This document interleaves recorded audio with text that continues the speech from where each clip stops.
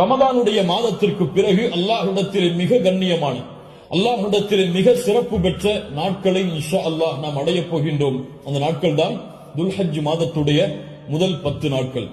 இந்த துல்ஹஜ் மாதத்துடைய முதல் 10 நாளுடைய சிறப்பை புரிவதற்கு அல்லாஹ்வுடைய தூதருடைய இந்த ஒரு ஹதீஸை அறிந்தாலே போதும், எமக்கு அது போதுமானது.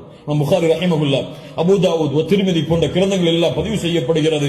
இப்னு அப்பாஸ் ரலியல்லாஹு அன்ஹு அவர்கள் கூறுவதாக, அல்லாஹ்வுடைய தூதர் ஸல்லல்லாஹு அலைஹி வஸல்லம் சொன்னார்கள், அல்லாஹ்விடத்திலே நல்ல அமல்கள் செய்வதற்கு மிக விருப்பமான நாட்கள் இந்த ஐயாமுல் அஷர், துல்ஹஜ் மாதத்துடைய முதல் 10 நாட்களை போன்று வேறு எந்த நாளும் கிடையாது.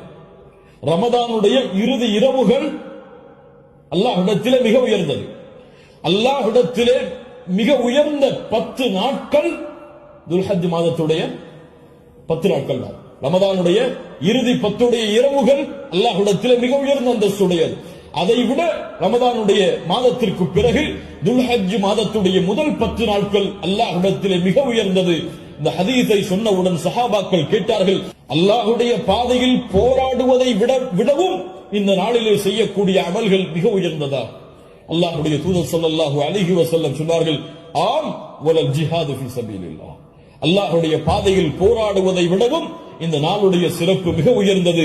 ஆனால் இல்லா ரஜுலுன் خرج بنفسه وماله فلم يرجع من ذلك بشيء, 2 அமல்களை தவிர அல்லாஹ்வுடைய பாதையில் ஒருவன் போராடுகிறான், அந்த போராட்டத்தில் தன்னுடைய செல்வம் அனைத்தையும் அளிக்கிறான், தன்னையும் அழித்துக் கொள்கிறான், இந்த 2 அமல்களை தவிர.